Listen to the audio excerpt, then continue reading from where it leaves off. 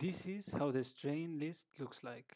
We have the ID or the code of the strain, we have the genotype, who made it, how they made it, when they made it, and where it is located, for example, in the box or the freezer XYZ. As we can see in this collection, we have an H plus strain wild type, H minus strain wild type.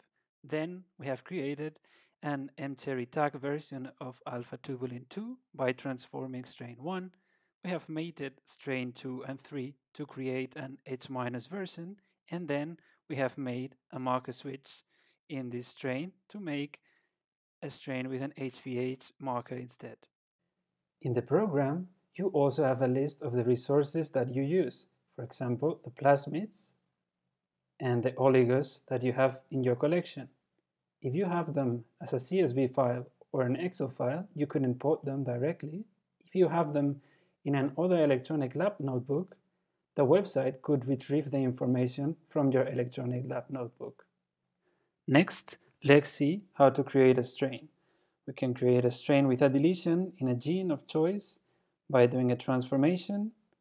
We will use a PCR method, and as we can select the input strain, we can filter by ID or genotype, so we will select the wild type H+, and then we can find the locus name. So the locus are recorded from POM-base, and we will select ACE1 to make a deletion. We will use a CAN marker.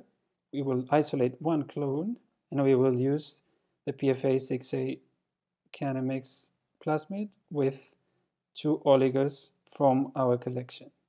And we can just submit, and the new strain is created here. We can go to this strain and see where it comes from. So we transform strain number 1. We can see the genotype, we can see the parent strains, and we can see the alleles that are in this strain.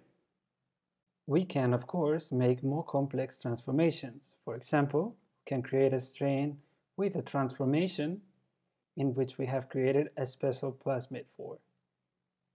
We select as an input strain, in this case, the H- strain.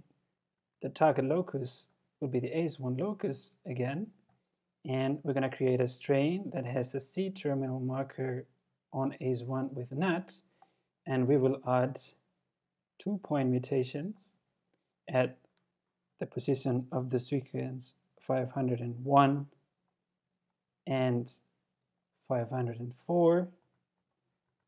And here we can see the original amino acids and the original codons, and we're going to substitute both of them by alanines. And we can also make a truncation in this gene. We're going to do the truncation of the C term, that in this case go from 600 to 731. So what we can see now is that the program shows us the sequence of the gene, and we see the codons we have changed and the codons we have deleted, as well as the protein sequence with the amino acid residues that have been changed, as well as those that have been truncated. So we can select the number of clones, the plasmids we have used for this transformation, and the oligos.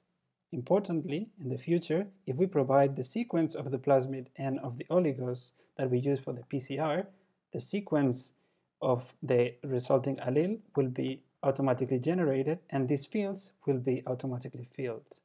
So we can submit, and we create a new strain that we can see in here.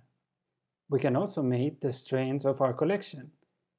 We can go to mating, select the strains we just made, for example, this one, and we can mate it with a ATP2 tagged version. And Genestorian shows here the possible outcomes of this mating. We select these 2 strains that we would isolate from our mating, and we save them to the collection. If we go to the list, we will see the strains that have been newly created. If we click on one of the strains, we can see the source, so the mating of these 2 strains. It will show the parent strains with a link to them and the alleles that are contained in the strain. We can also explore the alleles. We go to the allele and we see in which locus it is, that it was generated from the wild-type locus, the strains in which this allele is present, and the resources that were used to create this allele, namely the plasmid and the primers that were used. To show the relatedness between the strains in our collection, we can make a network graph in which we show the strains as orange circles and the processes used to make strains as smaller circles, color-coded for what they are, as shown on top here. We can show the operations that we did during this demo. We took strain number 2, which was a wild type, we made a transformation, and we made a new allele in the ACE1 locus. Then we mated with a strain with an mcherry tag in ATV2 in this mating, and we created these two strains.